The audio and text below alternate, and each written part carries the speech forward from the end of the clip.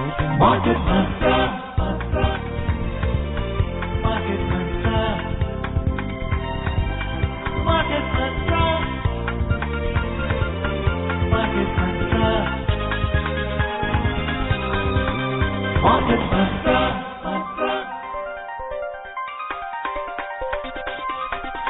Market Mantra. Welcome to the Sunday edition of Market Mantra, the program in which we give you a complete update on the economic and business news of the day. And today is an interactive edition of Market Mantra, so we'll be taking calls from you. But unlike other Sundays, we won't be taking calls on mutual fund and related issues today. However, if you have any other queries related to business, economics, stock market, personal finance, you name it, you can call us on 2331-4444, 2371-7106 and 2371-1050. My name is V. Ravi Kumar and with me is my Hindi co-anchor हर्ष रंजन। नमस्कार, हाजिर हैं market मंत्र के एक और ताजा अंक के साथ। इस कार्यक्रम में हम देश विदेश की आर्थिक खबरों को देखेंगे और साथ ही आज आप श्रोतागण आप चाहें तो बिजनेस, फाइनेंस, इकोनॉमी से संबंधित कोई भी सवाल हमसे पूछ सकते हैं। आमतौर पर हम संडे को म्यूचुअल फंड से संबंधित सवाल लेते हैं, लेकिन आज म्यूचुअल फंड से संबंधित सवाल न करें। बाकी आप कोई भी सवाल इक्विटी मार्केट से या इकोनॉमी से संबंधित कर सकते हैं। 3 टेलीफोन लाइन्स हैं हमारे पास खुले हुए। नंबर्स हैं 2331-4444, 23-717-106 और 23-71-71-17।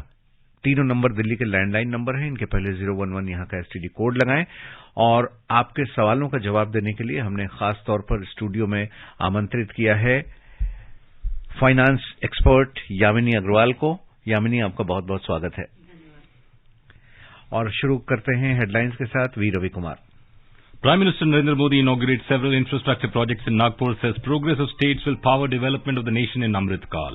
Foreign investors pump in nearly 7,000 crore rupees in the Indian capital market so far in December, and G20 meet of finance ministers and central bank deputies to be held next week in Bengaluru. प्रधानमंत्री नरेंद्र मोदी ने आज नागपुर में कई बड़ी परियोजनाओं का उद्घाटन किया। कहा कि राज्यों के विकास से ही अमृतकाल में राष्ट्र का होगा विकास। विदेशी निवेशकों ने दिसंबर महीने में अब तक 7,000 करोड़ रुपए भारतीय बाजारों में लगाया। और G20 की अगले सप्ताह बेंगलुरु में वित्त मंत्री और सेंट्रल बैंक के उप प्रमुखों के साथ बैठक।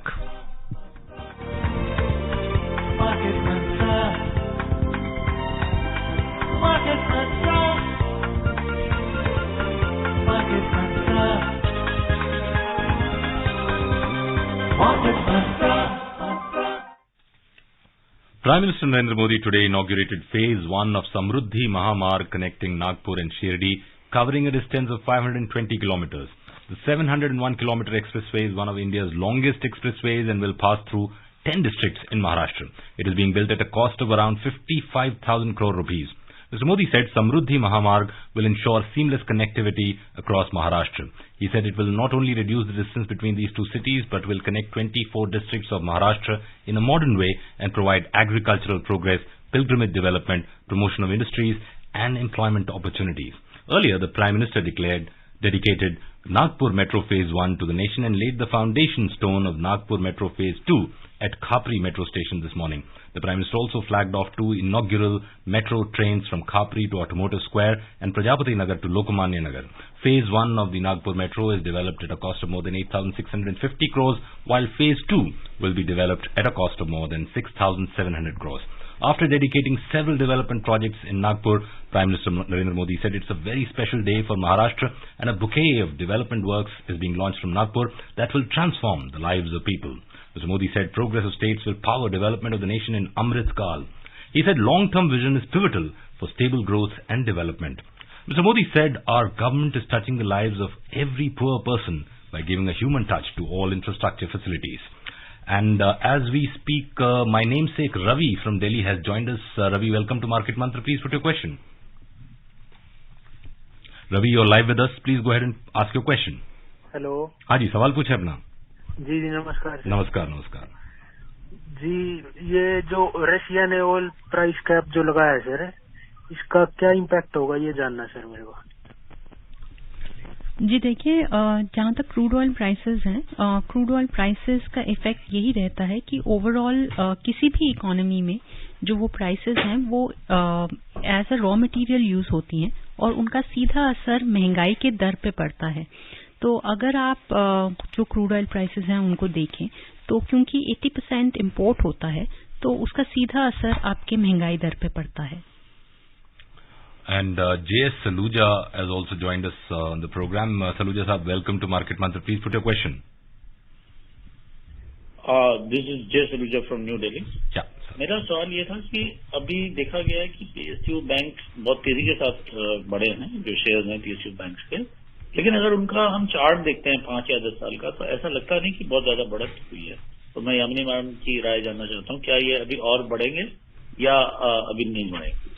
जी देखिए, काफी हद तक काफी रिफॉर्म्स लाए गए हैं पब्लिक सेक्टर अंडरटेकिंग्स में, जिन रिफॉर्म्स में खासतौर पे देखा गया है कि एनपीए को रिजॉल्व करने के लिए जो कदम उठाए गए थे उनका खासा असर रहा है सरकारी बैंकों पे, और काफी हद तक बोर्ड में सुपरविजन को लेकर के या मॉनिटरिंग को लेकर के इन सब का भी असर रहा है, जिसकी वजह से उनके जो अर्निंग्स है, खासतौर पे अगर आप देखें एसबीआई की जो अर्निंग्स की बात की जा रही है या और अर्निंग्स की बात की जा रही है, वो बेहतर रही है, जिसका असर उनके स्टॉक प्राइसेस पे भी पड़ा है. और जैसे जैसे उनकी परफॉर्मेंसेस अच्छी नजर आएंगी उनके ऊपर आप जरूर देखेंगे कि निवेशकों का रुझान रहेगा और एक काफी इंसेंटिव बना रहेगा उनमें निवेश करने का. एनपीएस भी कम हुए हैं. जी आप बिल्कुल ठीक कह रहे हैं. जो एनपीएस है उसमें भी काफी हद तक रिडक्शन हुई है, चाहे आप वो इंसॉल्वेंसी बैंकरप्सी एक्ट की बात करें, चाहे आप वो ओवरऑल जो प्रोसीजर है सुपरविजन का उसकी बात करें. Continuing with our lead story, we mentioned Mr. Modi inaugurated a lot of projects in Nagpur. He said that social infrastructure is being created through Ayushman Bharat Yojana, or PMJAY as it's called, cultural infrastructure through development of pilgrimage sites, financial infrastructure through banking and Janadhan Yojana, health infrastructure through state-of-the-art hospitals like AIIMS. He also mentioned that 11 projects being implemented in Nagpur city are the gift of 11-star constellations for the citizens of Nagpur. Mr. Modi, while mentioning the politics of shortcuts, said that the biggest enemies of the country are the political parties and rulers who use shortcuts in politics and loot the country's taxpayers' money. Yamini, how do you see these announcements in Nagpur? We see Samruddhi Mahamarg, which is probably one of the largest expressways in India, and also the One Health Mission project that has been launched in Nagpur along with the AIIMS in Nagpur. What is the importance of this in India? Well, I think overall there has been a specific, lead in terms of the infrastructure. Whether you talk about Sagarmala project, Bharatmala project, or the PM Gati Shakti scheme, any of these particular schemes and the huge amount of investments that have been going in the infrastructure, they have been trying to create the last mile connectivity for people at all ends. Also, as the Prime Minister said, that they have been trying to reach out to the poorest of the poor and touching the lives of people by metros or by expressways or by ports or by airports, let's say the Udan or the others. They have reached the common man in every possible manner and tried to reduce the cost of logistics or travel that is there, which increases the possibility of not only transferring goods and services from one region to another, but also connecting with each other. जी, और आपने यामिनी बात की infrastructure की, जिस तरीके से देश में भी इंफ्रास्ट्रक्चर का विकास हो रहा है, उससे निश्चित तौर पर रोजगार के अवसर भी सृजित होंगे और हमारा जो ग्रोथ है वो भी आगे बढ़ेगा. जी बिल्कुल. अगर इंफ्रास्ट्रक्चर का ग्रोथ होता है तो एक हम कहते हैं क्राउड इन इफेक्ट होता है, जिसमें जैसे जैसे इंफ्रास्ट्रक्चर या पब्लिक फैसिलिटीज डेवलप होती हैं तो प्राइवेट प्लेयर्स अपने आप आकर के निवेश करते हैं. चाहे आप देखें हाईवेज के पास होटल्स का डेवलपमेंट हो या उन सिटीज का डेवलपमेंट हो जहां पे और प्राइवेट सेक्टर से निवेश आता है या पब्लिक सेक्टर से निवेश आता है, तो वो एम्प्लॉयमेंट भी जनरेट करते हैं, सिर्फ इंफ्रास्ट्रक्चर में नहीं और भी जगह पे. बिल्कुल. और हम देख लेते हैं कि इस महीने एफपीआई का क्या रहा. दिसंबर महीने में अब तक विदेशी निवेशकों ने भारतीय बाजारों में 7,000 करोड़ रुपए का निवेश किया है. इससे पहले नवंबर में विदेशी निवेश 36,000 करोड़ रुपए का रहा था. 1 से 9 दिसंबर के बीच विदेशी पोर्टफोलियो निवेशक, जिन्हें हम एफपीआई कहते हैं, इन्होंने 4,500 करोड़ रुपए इक्विटी में लगाए, जबकि लगभग 2,500 करोड़ रुपए डेट में लगाए.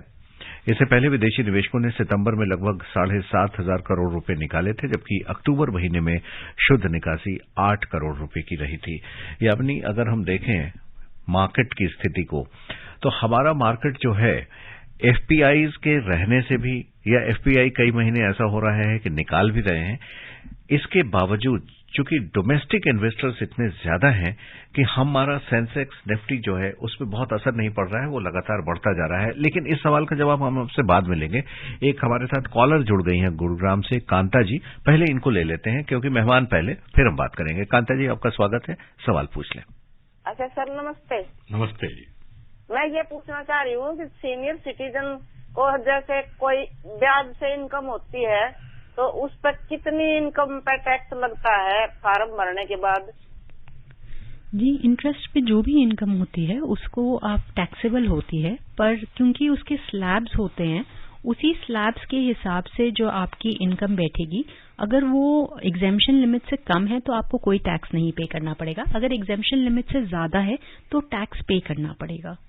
इसको ऐसे आसान भाषा में समझें यामिनी, जो आप बता रहे थे शायद, कि जो भी इंटरेस्ट से इनकम होता है वो आपकी शुद्ध आय है, और आपकी पूरी आय कितनी है, वो किस टैक्स ब्रैकेट में है, उसके हिसाब से उसी में वो जुड़ जाएगी। अगर वो टैक्सेबल नहीं है तो अगर बैंक ने काटा भी है तो वो आपको रिफंड कर सकते हैं। जो भी आपका टीडीएस अगर वो बैंक काटेगा वो आपको रिफंड हो जाएगा, अगर आपकी आय उस टैक्स के ब्रैकेट से कम होगी तो। And in fact, for senior citizens, the limit is 50,000. तो कांता जी, अगर 50,000 रुपए तक की आपकी इनकम है तो बैंक टीडीएस नहीं काटेगा आपका, और उससे ज्यादा है और आपको लगता है कि आपकी आय जो है वो जो लिमिट है उससे कम है तो आप फॉर्म 15H दे सकते हैं। बैंक काटे या नहीं काटे, पर अगर आपकी आय है और आपकी आय इनकम टैक्स ब्रैकेट में एग्जेम्पशन से ज्यादा है तो आपको टैक्स पे करना होगा। Right from 1 rupee, all money that is earned as interest is taxable. Of course, you might be subject to limits. Next caller is from Balrampur. Rinki is online with us. Rinki जी, अपना सवाल पूछें।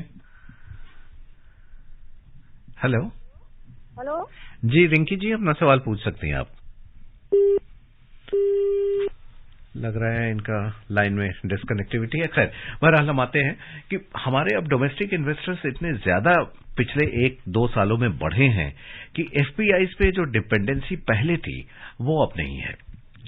जी देखिए, अगर आप कहें कि domestic investors का रुझान रहा है तो मार्केट्स में इनकी वजह से काफी बॉयंसी रही है और ये मार्केट को काफी हद तक स्टेबलाइज करने में कामयाब रहे हैं।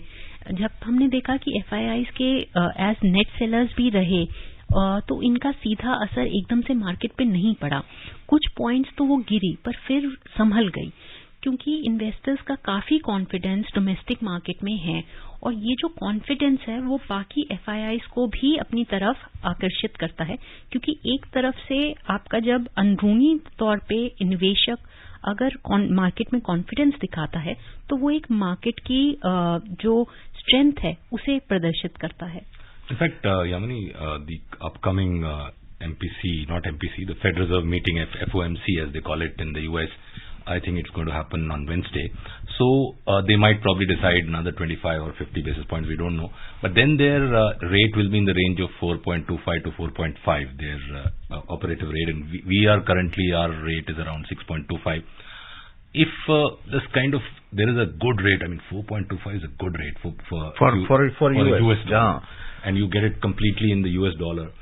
Wouldn't there be flight of capital going there, especially considering that FPIs own almost 40% of the free float stock in Indian market?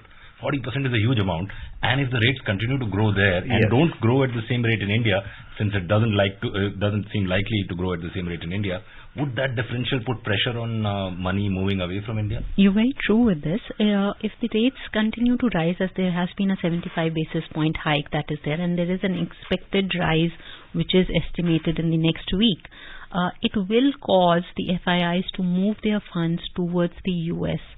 But what would keep them in an eye is one, diversification, because they can't keep all their eggs in the same basket. And the second fact is that they would always have a portfolio to the emerging markets. And given the emerging market scenario, vis-a-vis China, vis-a-vis any other country, India in terms of the rupee, also in terms of its growth, it continues to remain resilient to the global slowdown. So there are fears of a global slowdown in most economies, which is still not there for an Indian economy given the strengths in the macroeconomic environment. So if you did some crystal ball gazing, would in 2023, do you expect FPIs to be net investors or net sellers? Well, I believe that the RBI would, place itself well in terms of the interest rate differential as it did with the 35 basis point hike, and it would follow the suit to ensure that the interest rate differentials do not deter the FIIs to invest in India, and we will continue to remain a bright spot as a destination for investment. Before going further, let's quickly remind our listeners that this is an interactive edition, so if they have any queries about personal finance, business, economic, stock market matters, the numbers to call us on are 23314444, 23717106 and 23711050. यानी हम US Fed की बात कर रहे थे। Fade अपना interest rate लगातार बढ़ा रहा है और अभी भी उम्मीद है कि 50 बेसिस पॉइंट और बढ़ाएगा, लेकिन इससे जो ग्रोथ अफेक्टेड हो रहा है, इससे इन्फ्लेशन को तो कंट्रोल करने में जितनी सफलता मिलनी चाहिए थी, पता नहीं उतनी मिल पा रही है कि नहीं, लेकिन ग्रोथ उनका अफेक्टेड हो रहा है और हमने पिछले 2 क्वार्टर्स में अगर देखें नेगेटिवली वो रहा, तो परिभाषा के हिसाब से तो रिसेशन है यूएस में, लेकिन आपको क्या लगता है कि स्ट्राइकिंग बैलेंस कहाँ रहेगा? और हम यहाँ ये भी बताना चाहेंगे कि भारत में ये स्थिति नहीं है, भारत में स्थिति नहीं है।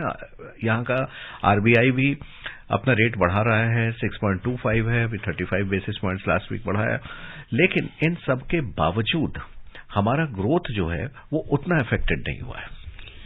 जी देखिए, जब हम कहते हैं यूएस कंटिन्यूअसली अपने 40 ईयर हाई इन्फ्लेशन को टारगेट करने की कोशिश कर रहा है और वो बैलेंस मेंटेन करने की कोशिश कर रहा है विद इट्स ग्रोथ रेट। वो कॉन्सेंट्रेट कर रहा है और डिफाइन कर रहा है कि कितनी जॉब्स क्रिएट हुए, और उनका जो जॉब्स डेटा है वो उसको लेकर के एक काफी पॉजिटिव डायरेक्शन में है, जिसकी वजह से वो जो टेक्निकल रिसेशन की बात भी कर रहे हैं उसमें भी अभी मान रहे हैं कि वो इतना इफेक्ट नहीं करेगा। दूसरी चीज जो वो कह रहे हैं वो है उनकी कॉर्पोरेट अर्निंग्स, जो एक पॉजिटिव डायरेक्शन में रही हैं कुछ हाल ही के समय में, और जिसको वो लेकर के अभी भी रोबस्ट हैं कि आगे भी चल करके बढ़ेंगी।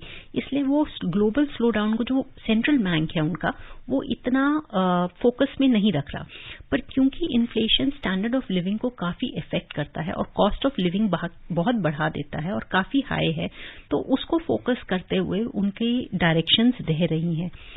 माना जा रहा है कि यूके, यूरोप और भी सारे देश उन्हीं को फॉलो करते हुए उनके सभी सेंट्रल बैंक्स अकोमोडेटिव स्टैंड से न्यूट्रल स्टैंड से टाइटनिंग पे आ रहे हैं, जिसका सीधा असर बाकी सभी देशों पे स्लो डाउन का हो रहा है।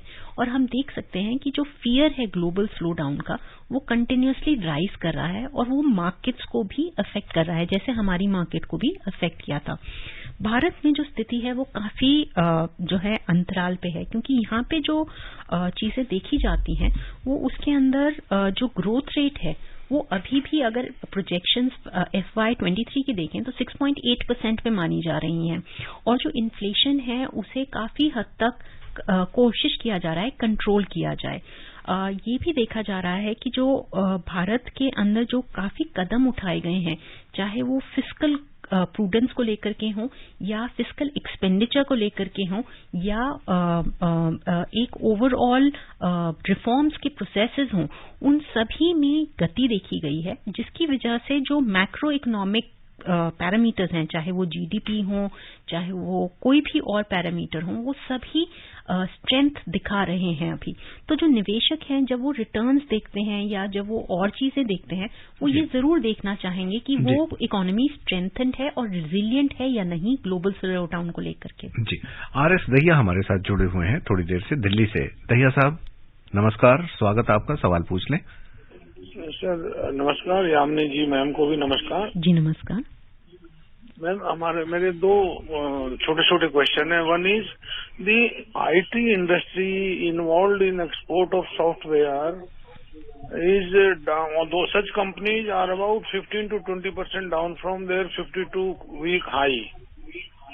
That is one. Is it the right time to invest in IT industry of software export companies? One. Second is the companies which are involved in manufacturing of defense equipment like aeroplanes, tanks, guns. Most of those companies are on 52-week high. Is it the right time to invest in these? Is there still a scope of such companies shares likely to go up in next 1 or 2 years? जी देखिए, जो अभी IT sector है उसमें हमने हाल ही में cell of देखा है, primarily क्योंकि जो यूएस के अंदर है, जो फेडरल रिजर्व जिस तरीके से इंटरेस्ट रेट बढ़ा रहा है, तो ग्लोबल स्लो डाउन का काफी हद तक एक फियर है, जिसका असर क्योंकि वहां पे रिसेशन आएगा तो जो आईटी कंपनीज हैं उनमें भी रिसेशन आएगा, खासतौर पे एक्सपोर्ट्स को लेकर के, जिसकी वजह से हमने फॉल आउट देखा है। पर क्योंकि आप देखें तो डिजिटल एज है और ओवरऑल एआई को लेकर के या जितने भी अभी टेक्नोलॉजी ड्रिवन ओरिएंटेशंस हैं जो चेंज कर रही हैं बिजनेसेस को, वो सभी एक आईटी ड्रिवन फैक्टर हैं। तो आईटी कंपनीज का जो ओवरऑल फ्यूचर है वो काफी ब्राइट है। तो जब करेक्शंस आती हैं तब एक अच्छा समय होता है उन्हें खरीदने का। जहां तक हम डिफेंस की बात करें तो इंडिजनाइजेशन पे काफी हद तक फोकस है और ओवरऑल डिफेंस एक्सपेंडिचर को मेंटेन करने पे भी फोकस है। तो जो डिफेंस कंपनीज अच्छा कर रही हैं और जिनके पास अच्छे कॉन्ट्रैक्ट्स हैं, वो एक अच्छा निवेश के लिए जो है एक अच्छा निवेश हो सकती हैं। In looking towards 2023, what are the other sectors that could do well in your opinion? Well, there are many sectors that can do well. Primarily, you have the banks that can do well. You have capital goods that can do well. Also, infrastructure is a long stay particular sector which can also do well. One can look at sectors, again, some green sectors are always there, like the IT and the pharma continue to remain green sectors. Even in recessions, they don't really go down. So that is also a key sector. A regular caller from Thane, Gurunath, is online with us. Gurunath ji, welcome to Market Mantra. Please ask your question. जी sir, नमस्कार। नमस्कार जी। एनिनी ma'am को भी नमस्कार। जी नमस्कार। Madam, मेरा एक question था, ये जो बड़ी बड़ी जो मल्टीनेशनल कंपनी है, जो हमारे जो एम्प्लॉयज का जो छटनी कर रहे हैं लोग, तो इसका ग्लोबली क्या रीजन है? और ये जो हमारे देश में इनके कुछ यूनिट है, तो हमारे जो कंपनी एक्ट क्या इन पे लागू होता है और गवर्नमेंट इसमें क्या एक्शन ले सकती है? Thank you ma'am. जी देखिए, ये यूजुअली जब एमएनसीज या कोई भी कंपनी हायर करती हैं, वो बेसिकली देखती हैं कि वो कितना प्रॉफिट कमा रही हैं। अगर उनका जो प्रॉफिट है वो किसी वजह से टेक्नोलॉजी के अडॉप्शन से या कॉस्ट कटिंग से मेंटेन रहता है या बढ़ सकता है, तो वो उस पर्टिकुलर अपॉर्चुनिटी को यूज करती हैं। टेक्नोलॉजी ने काफी हद तक चेंज किया है जिस तरीके से लोग ऑपरेट करते हैं, पर क्योंकि ओवरऑल रिसेशन चल रहा है, काफी हद तक ग्लोबल मार्केट्स में रिसेशन है और उनकी प्रोडक्शन उतनी अचीव नहीं हो रही जितनी होनी है, तो वो लोगों को एम्प्लॉय नहीं कर रही या ले ऑफ कर देती हैं। जब वो ले ऑफ करती हैं तो वो इंश्योर करती हैं कि वो लीगल पैरामीटर्स मीट करें, जिसके अंदर स्पेसिफिकली वो एम्प्लॉयज के साथ कॉन्ट्रैक्ट करती हैं कि 1 मंथ नोटिस या 2 मंथ नोटिस के ऊपर या 3 मंथ नोटिस के ऊपर वो आपको ले ऑफ कर सकती हैं। इसीलिए काफी हद तक जब बिजनेसेस प्रॉफिटेबल नहीं होते तो वो क्योंकि उनको पैसा नहीं दे पाती, वो ले ऑफ कर देती हैं एम्प्लॉयज को।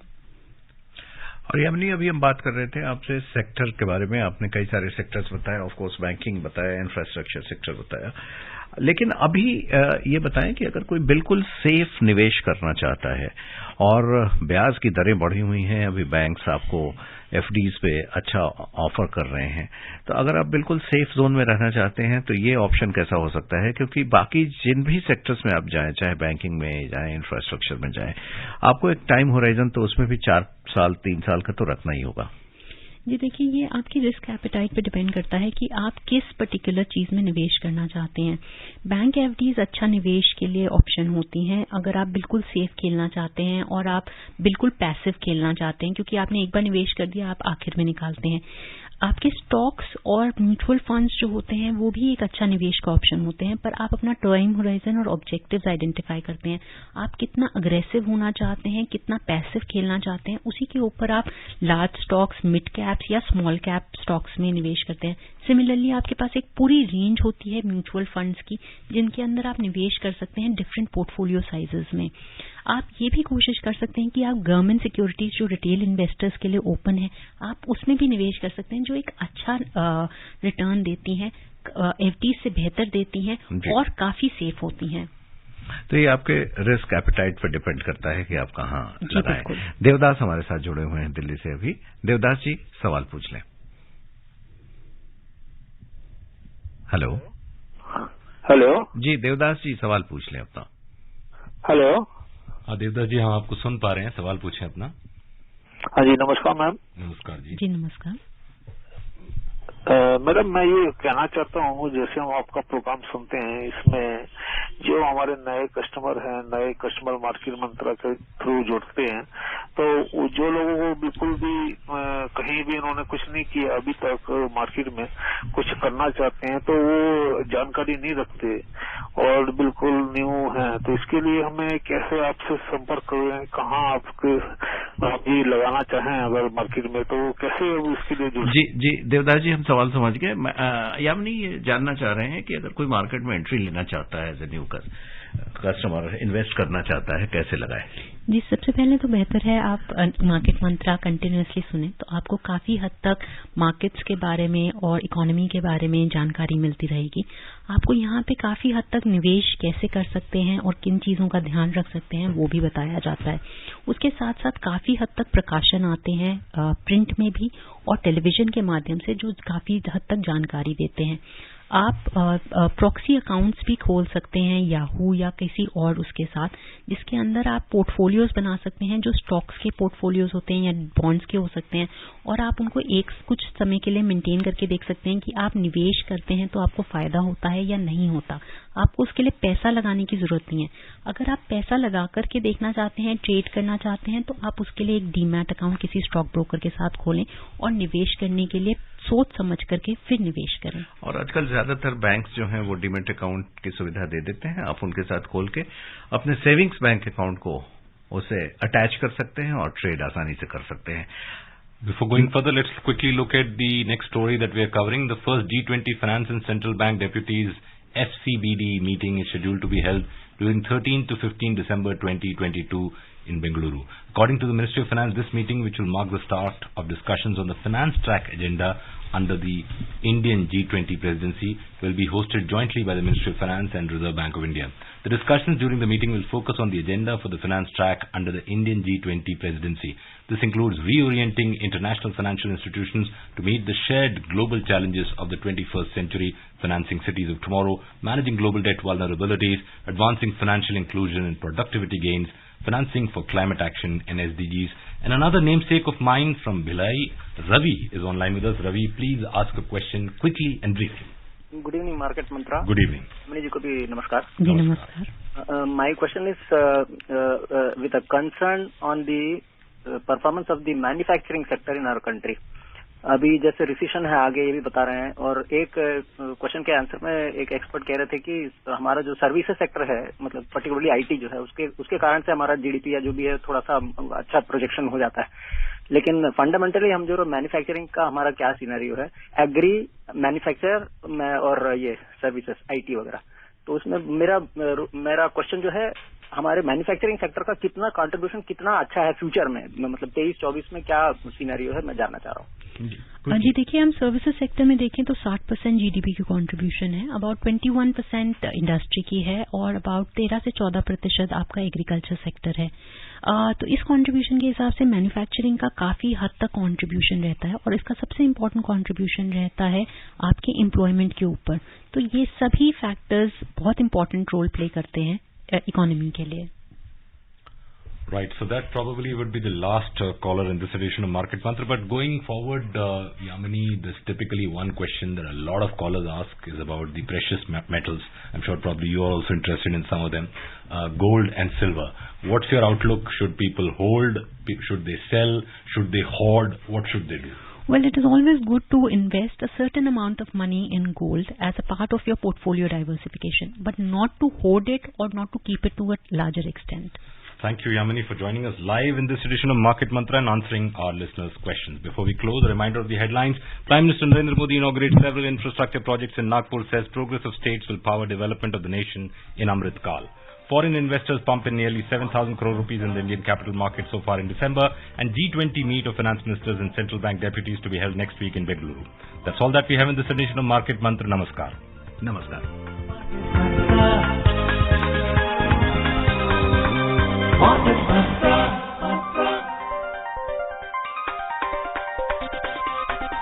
Market Mantra.